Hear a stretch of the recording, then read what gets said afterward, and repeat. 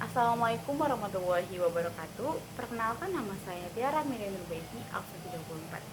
Di sini saya mendapatkan materi nomor 6 mengenai latar belakang turunnya Soeharto. Sebelumnya, aku akan menjelaskan dulu nih kalau masa pemerintahan Presiden Soeharto disebut masa Orde Baru. Mengapa disebut Orde Baru? Karena pada masa inilah banyak terjadi perubahan-perubahan politik dan ekonomi. Perekonomian Indonesia berkembang pesat walaupun dibarengi dengan praktik korupsi yang merajalela. Dan juga selain itu, warga juga menyebutnya sebagai Bapak Pembangunan, yang dimana panggilan tersebut sebagai bentuk apresiasi terhadap keberhasilannya dalam membangun Indonesia di segala bidang. Tetapi, mengapa Soeharto malah memilih mengundurkan diri menjadi presiden? Padahal jelas-jelas kinerjanya sangat bagus, bukan? Langsung saja kita mulai ke penjelasan lebih lanjut.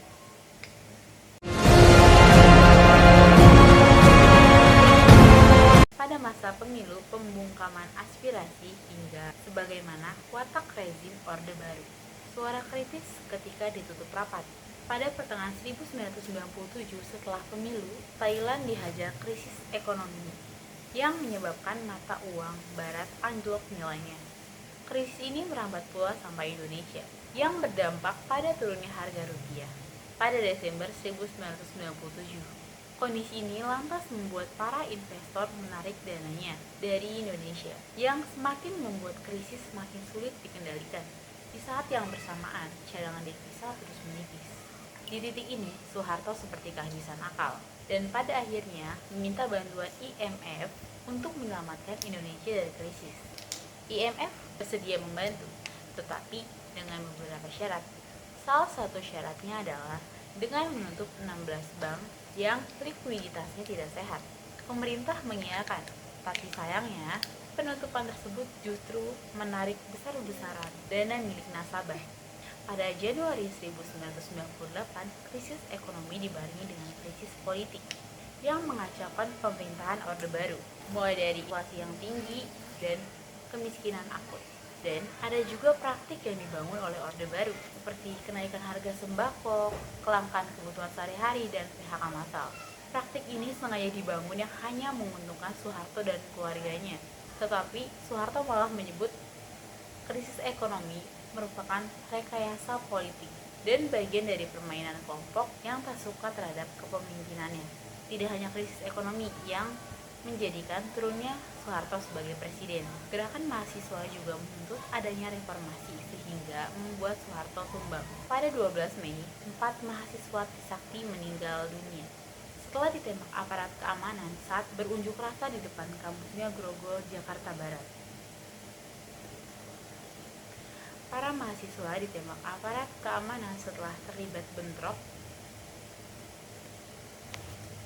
saat menggelar unjuk rasa menuntut Soeharto mundur dari masa jabatannya. Lalu pada tanggal 13 sampai 15 Mei terjadi kerusuhan hingga penjarahan massal, bahkan pemerkosaan warga keturunan Tionghoa. Pada tanggal 18 Mei ada latar belakang utama kepemimpinan Soeharto tumbang. Yang pertama, karena aksi demonstrasi besar-besaran mahasiswa yang menduduki gedung DPR MPR. Tidak hanya mahasiswa yang menduduki gedung DPR MPR, sejumlah tokoh yang bergabung dalam gerakan reformasi nasional juga berdatangan. Ali Sadikin, W.S. Hendra, dan beberapa tokoh lainnya. Dan masih pada hari yang sama, semua warga mendapat kejutan dari Ketua DPR Harmoko, orang dekat Soeharto, yang menggelar konferensi pers menyikapi tuntutan reformasi. Pada tanggal 19 Mei, Soeharto sempat memanggil 9 tokoh Islam, di antaranya ada Gus Dur, Nurholik, dan tokoh lainnya.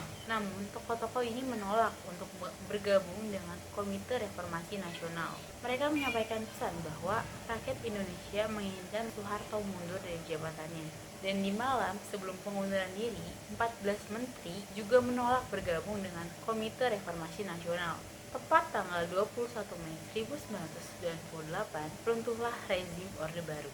Presiden Soeharto resmi mengundurkan diri di Istana Merdeka. Setelah Soeharto mundur dari jabatannya, B.J. Habibie yang pada saat itu menjadi wakil presiden dilantik menjadi presiden ketiga Indonesia.